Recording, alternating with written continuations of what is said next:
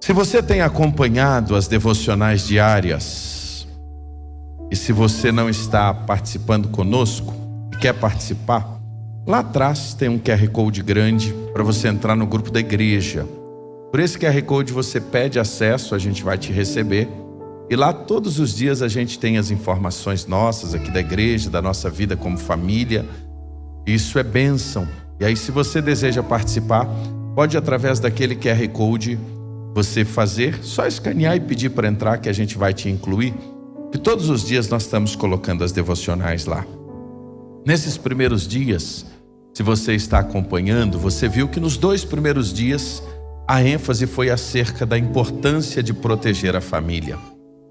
E o pastor Roosevelt foi muito feliz quando ele escreveu as 2 primeiras devocionais usando o exemplo de Moisés, a sua esposa, né?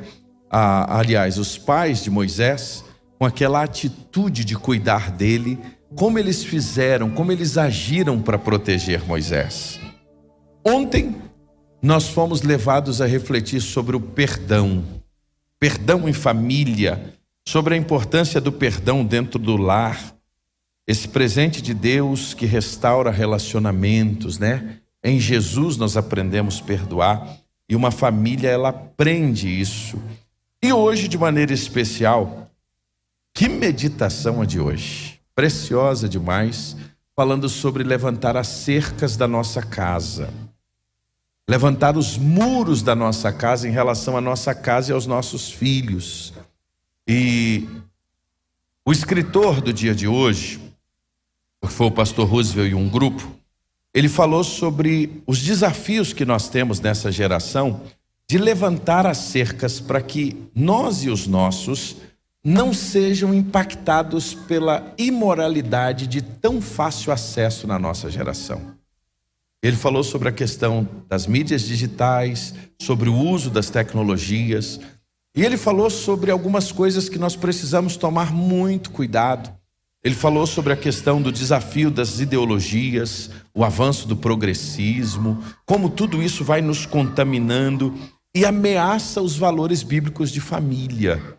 Então eu quero desafiar você, se você não está acompanhando essas devocionais, eu queria desafiar você a acompanhar, porque elas estão abençoadoras. E como eu disse, a gente tem a alegria de todos os dias termos a leitura do devocional, o comentário e a oração pelo pastor Josimar. E eu quero desafiar a irmã Silvia também, os dois fazerem, né? Irmão Josimar, meu querido pastor Josimar, traz a irmã Silvia também, para ela uns dias nos abençoar. Esse casal, irmãos, eu queria que os dois se colocassem de pé. O pastor Josimar e a irmã Silvia estão nos liderando na área de famílias, né? Eles que lideram os casais. Então você, meu irmão, que estou precisando de um apoio nessa área, fale com o pastor Josimar. Nós temos aqui para cada área um pastor que tem nos abençoado. Pastor Ignaldo e a irmã Rosângela tem nos abençoado muito com a melhor idade, com os homens. Ontem mesmo eu vi pastor Ignaldo rodando, visitando os nossos irmãos que têm tido maior dificuldade de estar na igreja. Eu sei que ele estava lá para o lado de Braslândia ontem, fez uma rota grande lá de casa em casa, né? Que alegria a gente louvar a Deus. Então, se você deseja participar também da classe de casais, fale com o pastor Josimar e com a irmã Silvia. Aprendemos que assim como Jesus, meus irmãos, protege as suas ovelhas diante dos perigos, nós precisamos nos posicionar acerca da nossa família. Nós precisamos nos posicionar diante do mal, diante de tudo isso, para que a gente de fato cuide das nossas casas, cuide dos nossos lares. E Jesus está nos chamando a fazer isso. E durante esse mês, edificando a sua casa sobre a rocha. Vamos repetir juntos? Edificando sua casa sobre a rocha. Aonde a sua casa está edificada? Ano passado, esta época do ano, nós estávamos vivendo uma das maiores tragédias, ou a maior tragédia que o sul do Brasil vivenciou. Não sei se os irmãos, às vezes a gente passa por tantas coisas que a gente esquece. Alguém até já disse que o brasileiro esquece fácil as coisas, não é verdade? A gente já ouviu isso muitas vezes.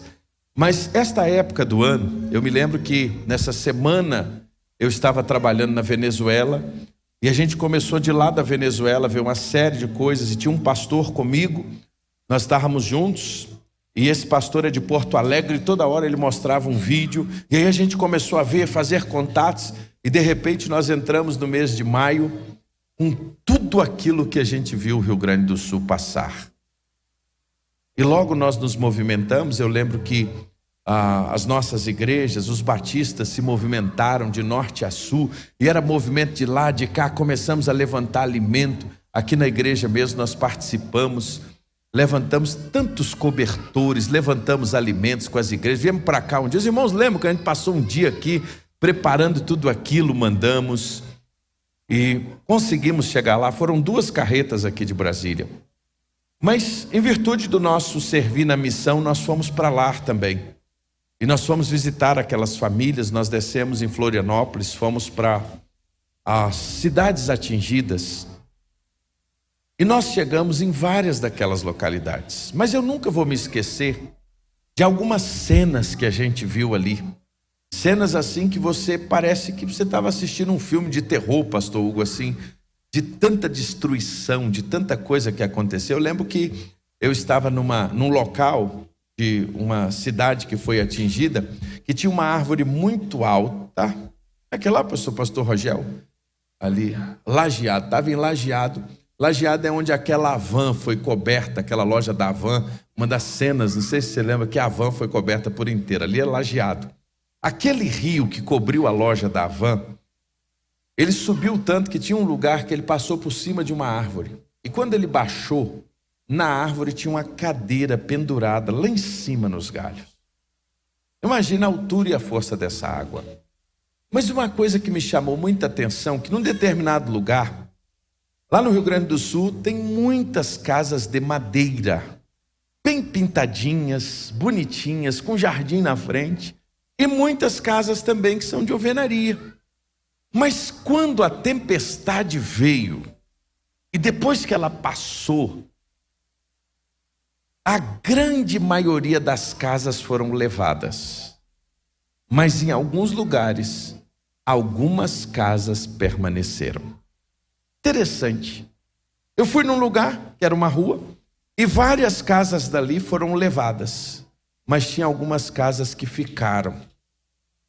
Tinha algumas casas que não foram arrastadas pela força da água, pela força da tempestade. E naquele lugar que não tinha sobrado quase nada, em alguns lugares ficaram algumas casas de pé. E sabe qual a pergunta? O que fez diferença naquela casa que foi levada e naquela casa que ficou de pé? O que fez com que algumas daquelas casas, quando a chuva forte veio, a tempestade chegou, elas não foram arrancadas? Não foi a aparência. Porque todas aquelas que eram pintadinhas, bonitinhas, muitas foram levadas. Não era a aparência da casa que fez as casas prevalecerem. E mais, não era o que as casas tinham dentro também. Não era o que aquelas famílias possuíam. Não eram os bens que aquelas famílias tinham. Até porque as que foram e as que ficaram também perderam tudo. Porque a enchente foi tão grande, a lama, que muitas daquelas coisas que permaneceram não davam nem para serem usadas. Então não foram os bens que fizeram aquelas casas ficarem de pé, não foram os móveis, não foram a aparência, também não foi nem o amor das famílias que habitavam dentro delas. Porque quando a gente saiu andando nos abrigos, cuidando das pessoas, a gente notava que todas aquelas famílias queridas, amorosas, indiferente de terem tido a sua casa levada, e a gente encontrou famílias preciosas que as suas casas ficaram apenas o chão limpo, mas nós encontramos famílias preciosas e amadas que não perderam a estrutura da casa. Então não era o fato das famílias se amarem que a casa foi ou não foi. A grande questão é, por que algumas casas foram levadas e outras não? Simples. por causa das fundações. As casas que tinham uma boa fundação, as casas que tinham uma boa base, as casas que foram construídas de maneira que elas tinham fundamento, quando a chuva chegou, quando aquele momento que a tempestade veio, elas conseguiram resistir às tempestades. Mas aquelas casas que não tinham Gessé, nenhuma fundação, aquelas casas que às vezes eram casas mais frágeis, quando o vento passou, ele levou tudo. É essa história que Jesus nos conta, terminando o seu maior sermão narrado por Mateus. É uma história semelhante a essa que Jesus nos conta em Mateus capítulo 7, a partir do verso 24. O Sermão do Monte, irmãos, é um dos 5 sermões que Mateus faz questão de narrar, 5 grandes discursos de Jesus, e ele ocorre logo no início do ministério de Jesus. E esse sermão foi para quem? Esse sermão foi para a multidão? Não. Esse sermão foram para os discípulos. Ele sobe ao monte, chama os discípulos para perto e na intimidade ele compartilha com os discípulos verdades profundas do Evangelho. Essa era uma postura muito típica de um mestre, essa era a postura muito comum de um mestre judeu, e um mestre que chamava os seus discípulos para perto e ele ensinava coisas que ele ensinava de maneira mais profunda, de maneira mais próxima. Não era aqueles ensinos talvez elevados ou levados à multidão, mas era aquilo que com mais profundidade era reservado para algumas pessoas na intimidade. E na intimidade, irmão Carlos, Jesus chama os discípulos e ele compartilha as verdades aqui mencionadas. Ele começa do capítulo 5, 6 e 7, e Mateus apresenta Jesus de uma maneira muito preciosa. É muito interessante você fazer esse paralelo. Moisés sobe ao monte, pega os ensinos da lei e traz para o povo. Jesus sobe ao monte, cumpre a lei e ressignifica ela para o povo. É muito interessante olhar o que ele estava fazendo. Ele dá uma interpretação plena da lei. Porque enquanto eles estavam dizendo acerca do adultério, né? O ato consumado, ele diz, se tu apenas olhar, você já pecou. Ele dá uma profundidade muito maior aos ensinos. E aí ele não vem revogar a lei, ele vem cumprir a lei. E uma coisa interessante, e por que Mateus foi tão detalhista? Porque Mateus estava escrevendo para uma comunidade judaica que ele queria apresentar Jesus como Messias. Então ele faz questão, Ezequiel, de usar muitos argumentos, muitos textos do Antigo Testamento para mostrar que Jesus de fato era o Messias esperado. Era aquele que haveria de vir. E qual é o tema central? Como nós devemos viver. O Sermão do Monte é um sermão prático. Jesus vai dando receitas para o dia a dia. É como nós devemos agir. Não se trata de regras para entrar no reino. Se trata de um estilo de vida de quem já pertence ao reino. É muito interessante isso. Jesus não estava falando do que nós deveríamos fazer para adentrar ao reino, mas ele estava fazendo agora, como alguém que já pertence, segue a ele, deveria agir, deveria caminhar. E ele termina justamente esse sermão contando a parábola, a história das 2 casas, e de maneira muito prática. Ele vai resumir tudo dizendo de maneira muito simples: se você ouve Jesus e obedece e pratica, você permanece. Se você ouve Jesus e não pratica, você desmorona. É isso. É simples. Ele está sendo simples. Ele resume da seguinte maneira: se tu ouve a Jesus e obedece, o vento vai vir e tu fica. Mas se tu ouve Jesus e não pratica, tu desmorona. Ah, meu irmão, vamos fazer uma coisa agora que Batista não gosta. Fala para o irmão que está do teu lado aí. Diga assim para ele: se tu ouve Jesus e obedece, você permanece. Mas se você ouve Jesus e ignora, você desmorona. A grande diferença é o fundamento. É disso que durante esse mês de maio nós queremos parar e refletir como igreja, como Brasil Batista, como comunidade de fé, sobre aonde estão fundamentadas as nossas casas, a nossa vida, a nossa família. Porque o mundo nos oferece muitos lugares para ancorarmos a nossa casa. O mundo oferece muitas possibilidades para a gente ancorar a nossa vida. Mas são passageiras, são lugares que nós não vamos ter fundamento. E é por isso que o Senhor Jesus está dizendo: olha, se você obedece, se você ouve e pratica, você prevalece. Se você ouve e não pratica, você desmorona. É só isso. Ele resume todo o sermão dessa maneira. E é por isso que ele termina o capítulo 7 dizendo assim: quem ouve as minhas palavras e as pratica é tão sábio como a pessoa que constrói a sua casa sobre a rocha firme. Quando vierem as chuvas e as inundações e os ventos castigarem a casa, ela não cairá, pois ela foi construída sobre uma rocha firme. Mas quem ouve o meu ensino e não o pratica é tão tolo quanto a pessoa que constrói a sua casa sobre a areia.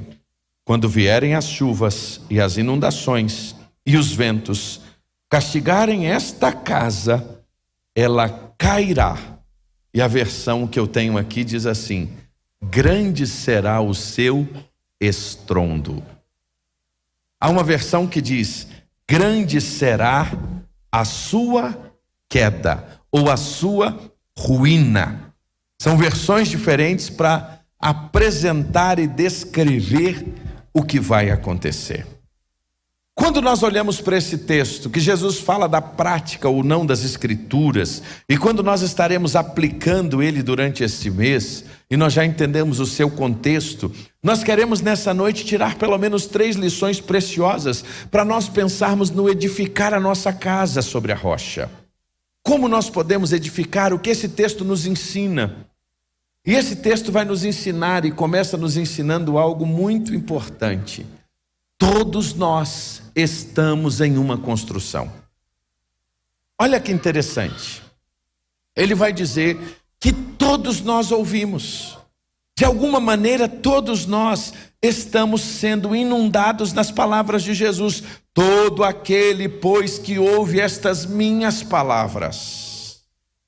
Eu preciso lhe dizer uma coisa. Quer você queira aceitar, quer não, você está construindo a sua casa. Quer você queira concordar ou não, você está todos os dias fazendo algo para a sua casa que está sendo construída. Eu não estou dizendo necessariamente a sua casa de paredes e tijolos, eu estou dizendo a sua vida, a sua jornada, o seu dia a dia. E uma coisa é fato: todos nós estamos numa construção. Jesus termina o texto dizendo que nós temos 2 tipos de pessoas que vão reagir de maneira diferente, mas a verdade é: todo mundo está construindo. Quer você queira, quer não. Por mais que lá na frente você vai dizer assim: meu Deus, o que é isso? Eu me lembro que nessa jornada, como pastor ao longo desses mais de 20 anos, não são muitos, mas já são mais de 20, uma vez um rapaz disse assim: eu não sei o que é que eu fiz na minha casa, não sei por que deu errado. Sabe? A gente sabe por que deu errado. A gente sabe, na verdade, porque na verdade todos nós estamos numa construção. No fundo, há circunstâncias que são difíceis, desafiadoras. E ele compartilhava, isso já faz muito tempo, ele compartilhava ali sobre aquela circunstância que ele se encontrava, e depois a gente começou a conversar e ele entendeu que algumas coisas na construção da vida e da jornada dele foram construídas sobre areia. No fundo, um dia nós chegaremos diante de situações que, por mais que a gente queira dizer assim: eu não construí, construímos. Porque todos os dias nós estamos construindo, e Jesus nos mostra isso. Todos nós estamos construindo uma casa, uma vida, uma família, um futuro. O grande desafio é que o fundamento desta casa é invisível. O fundamento, a base, a gente não vê. E muitas vezes nós nos aparentamos, e o que sustenta a casa, ninguém está vendo. No dia a dia, na jornada. Agora nós estamos nessa fase de orçamentos lá da nossa obra. Uma das partes mais difíceis da obra do novo templo é a fundação. Porque o solo de Samambaia é um solo ruim, fraco. Então, para você conseguir alcançar a rocha, são 19 metros cada furo, irmão Evaldo. Porque se furar só 5, vai estar sobre a areia. E quando botar peso, não vai aguentar. Quando vir a tempestade, não vai resistir. Então, para que seja uma construção segura, tem que firmar onde? Na rocha. Então tem que furar bastante. Só que quem já mexeu com construção é assim. Quando você termina a fundação e a terra, Evert, você olha e fala assim, o dinheiro acabou e o que eu fiz? Nada. Porque fundação não é aparente. Fundação não aparece. O dinheiro vai, o concreto foi, o ferro foi comprado, você perdeu as suas economias e você não tem nada. O grande desafio da vida que nós estamos construindo é que a fundação da nossa vida, muitas vezes a nossa construção da fundação não é aparente. E a gente vai construindo em coisas que talvez ninguém está vendo, só a gente sabe. Mas que lá na frente, quando esta construção for testada, ela não tem forças para prevalecer. Por quê? Porque esta base não tinha condições de sustentar. Muitas vezes nós construímos a nossa vida no relativismo. Isso não tem nada a ver não. Isso pode, lá atrás não, é hoje o que importa. Você está pensando o quê? Deixa de ter mente quadrada, as coisas avançaram. Eu tenho a minha verdade. Quantas vezes a gente já não ouviu isso? Verdade. Que verdade? Você tem a sua verdade, eu tenho a minha verdade. Quantas pessoas estão construindo a sua vida? Casamentos estão sendo construídos de maneira relativa. Esse negócio de fidelidade no matrimônio, isso é relativo. Agora nós vamos ter uma relação aberta. Irmãos, isso é coisa do cão, irmãos. Isso é coisa do diabo, irmãos. Que ele está enganando as pessoas. O relativismo nada mais é do que literalmente quebrar a verdade absoluta de Deus e trazer coisas que não são de Deus como a sua verdade, a minha verdade. E no fundo, quando o homem faz isso, sabe o que ele está querendo ser? Deus. Que é o problema lá desde o início. Qual foi o problema da queda do homem? Querer ser Deus. Então eu tenho a minha verdade, que eu não posso aceitar uma verdade maior, que é a verdade de Deus. Muita família sendo construída nisso. Quer ver outra coisa? Materialismo. Dinheiro, sucesso como prioridade. Então, se a gente tem sucesso como prioridade, a gente vai construindo a nossa família. Aí, dia que o sucesso não vem, não tem o sucesso e nem a família. Outra base errada, equivocada, o moralismo. Uma transformação apenas exterior e não um relacionamento com Deus. O sentimentalismo, decisões baseadas na emoção. Vive de acordo com a emoção do dia. A decisão é de acordo com a emoção do dia. Meus irmãos, nenhuma destas bases vão sustentar uma casa quando ela é construída desta maneira. Se nós não construirmos firmados na rocha, se a nossa casa não for edificada na rocha, ela vai ruir. E aí eu preciso lhe dizer uma coisa: você está construindo a sua casa. Saiba disso. Você está construindo a sua vida. Você queira, você não queira, você está em construção. Guarda isso no seu coração.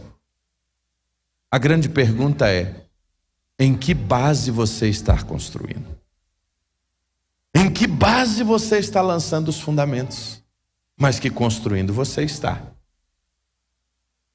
Querendo ou não querendo, você está tocando uma obra. Ah, meu irmão, mexe com quem está do seu lado e diga assim para ele: você está tocando uma obra. A obra da tua vida. E é a tua vida que você está construindo. Fala para ele, acorda ele aí, que se ele ainda não está sabendo disso, hoje ele vai saber. Você está construindo sua vida, meu irmão. Agora você está construindo em quê? Aonde é o fundamento? Então a primeira lição que esse texto nos diz: todos nós estamos construindo, todos nós estamos edificando.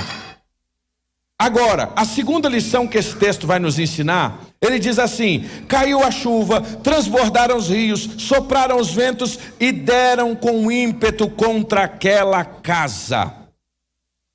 Tião, Jesus não promete ausência de tempestade. Pelo contrário, nas escrituras de ponta a ponta, nós vamos ter textos que diz que nós, como servos de Deus, vamos enfrentar a adversidade. O salmo mais lindo que a gente recita é o Salmo 23, irmãos. Todos nós sabemos quase que de qual o Salmo 23. E o Salmo 23 vai dizer assim: ainda que eu ande pelo vale da sombra da morte, não temerei mal algum, porque tu estás comigo. Nós vamos andar pelo vale da sombra da morte. Nós vamos passar por ele. É por isso que o profeta Isaías vai dizer: quando passares pelas águas, não te afogarás. Quando passares pelo fogo, não te queimarás. Ele não diz, Hugo, se passares. Ele não diz que passar pelas águas e pelo fogo é uma hipótese. Ele diz que é só uma questão de tempo.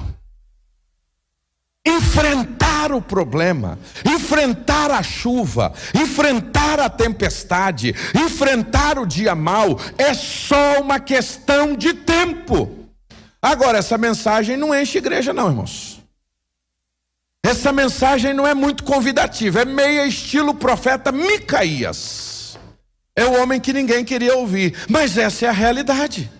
O problema é que nós vivemos uma geração em que é pregado um evangelho que não é verdadeiro, e que diz: olha, o fato de você servir a Deus vai dar tudo certo, todas as coisas vão bem. E aí, quando você lida com a teologia e com o sofrimento, quando você lida com o dia mau, você abandona a fé. Por quê? Porque você não aprendeu que você teria que enfrentar o dia difícil, e como você não ouviu sobre isso, a primeira vez que você enfrentou a adversidade, você disse: que Deus é esse?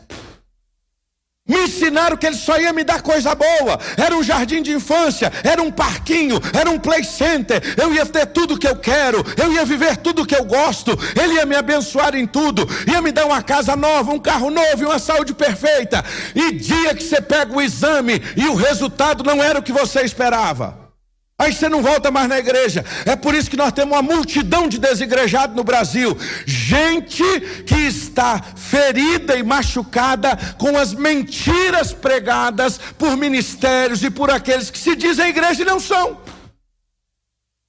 Jesus está dizendo: vai vir a tempestade, a chuva vai chegar. A chuva chegou para a casa que aguentou, e a chuva chegou para que caiu. O sol que nasce hoje, nasce para o bom e para o mal, para o ímpio, para o crente. É isso que a Bíblia ensina. E sabe o que esse texto vai nos ensinar agora? Sabe o que ele vai nos revelar? Que as tempestades, elas vão revelar quais são os nossos fundamentos. É a tempestade que revela a nossa base. É a tempestade que revela aonde está firmado os nossos pés. É a tempestade que revela que fé é essa que nós temos.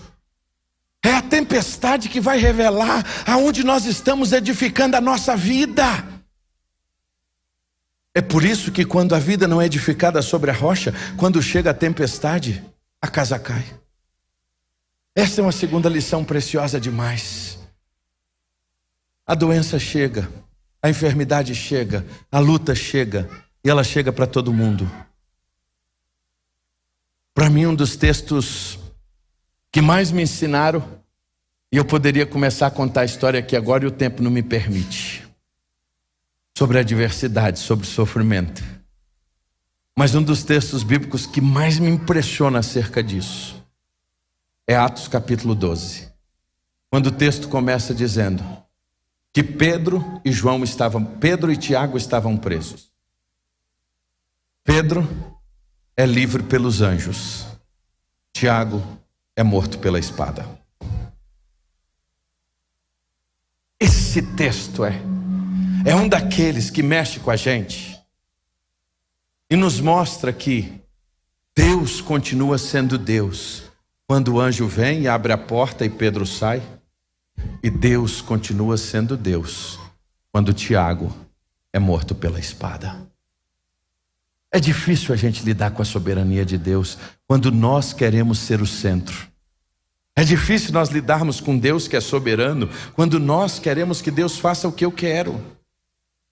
Mas Deus não vive em função de fazer o que eu e você queremos. Ele é Deus. E aqui o texto está nos ensinando que a tempestade vai cair a chuva, vai transbordar os rios, vão soprar os ventos e eles vão vir com ímpeto contra a nossa casa. E isso vai revelar aonde nós estamos edificando a nossa casa. O texto mostra que as duas casas enfrentaram a mesma tempestade, mas só uma permaneceu.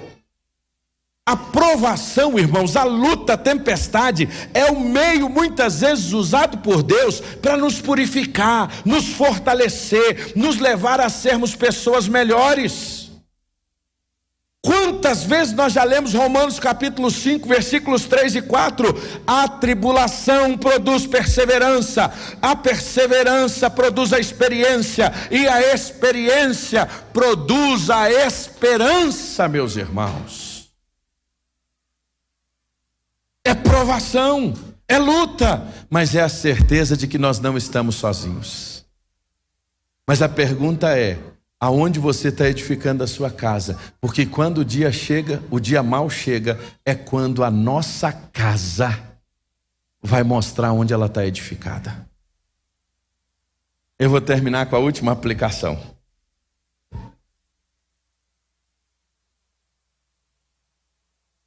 Só tem um jeito da casa ficar de pé.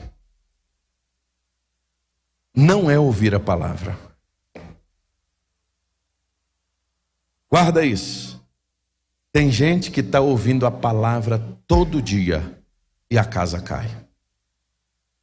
Porque o que Jesus disse, que para a casa ficar de pé, não é ouvir, é praticar.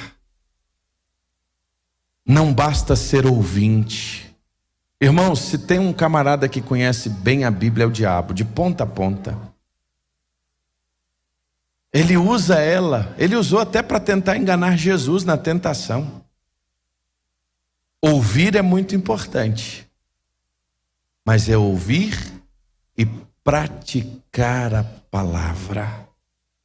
A última lição que nós vamos hoje guardar no nosso coração, Jesus vai dizer: quem ouve e pratica a palavra é comparado ao homem prudente que edificou a sua casa sobre a rocha. Vieram os ventos, veio a tempestade e ela ficou de pé.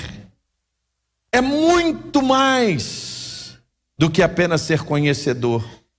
É muito mais do que conhecer cognitivamente a palavra. É por isso que muitas pessoas, elas conhecem a Bíblia cognitivamente, mas elas não colocam em prática aquilo que elas conheceram.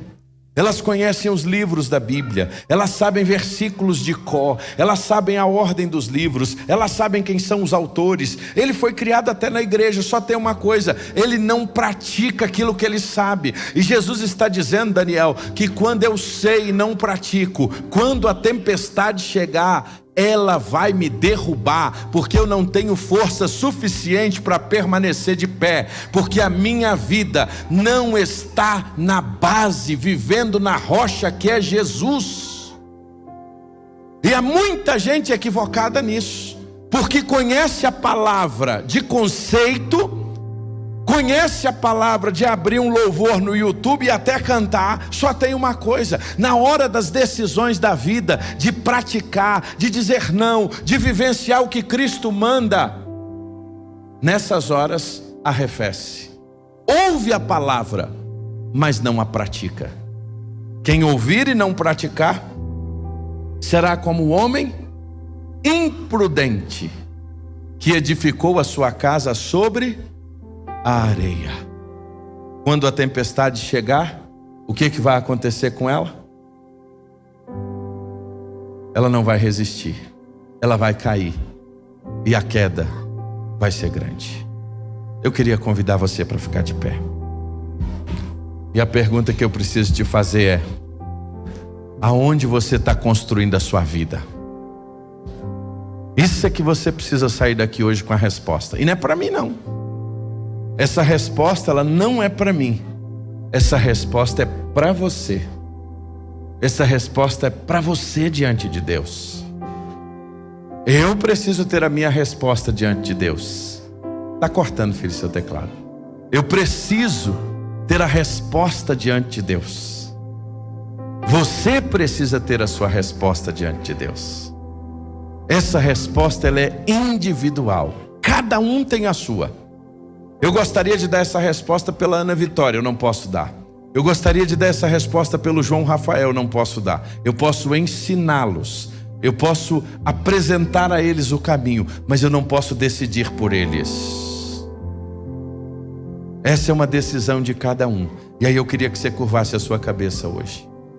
O pastor Josimar vai chegando para cá, nós vamos ter a celebração da ceia. Nós vamos cantar parte dessa canção, nós vamos celebrar a ceia e depois nós vamos nos alegrar e orar com os nossos radicais. Mas eu pergunto a você, aonde você está edificando a sua casa? Se hoje a tempestade chegar, se hoje o vento chegar, se hoje o vento vier contra a casa, o que vai acontecer? Ela vai cair? Ela vai permanecer? Ela vai estar de pé? Hoje ela vai ser levada pelo vento. Você está construindo uma casa, meu irmão. Você está construindo uma casa, você que nos visita hoje. E eu te pergunto, quais são as bases da sua casa? Vamos adorar ao Senhor. E enquanto adoramos, vamos refletir sobre isso. Em nome de Jesus. Exalte a Ele. Glorifique a Ele nesse momento. Vamos adorá-lo. Vamos glorificá-lo. Em nome de Jesus.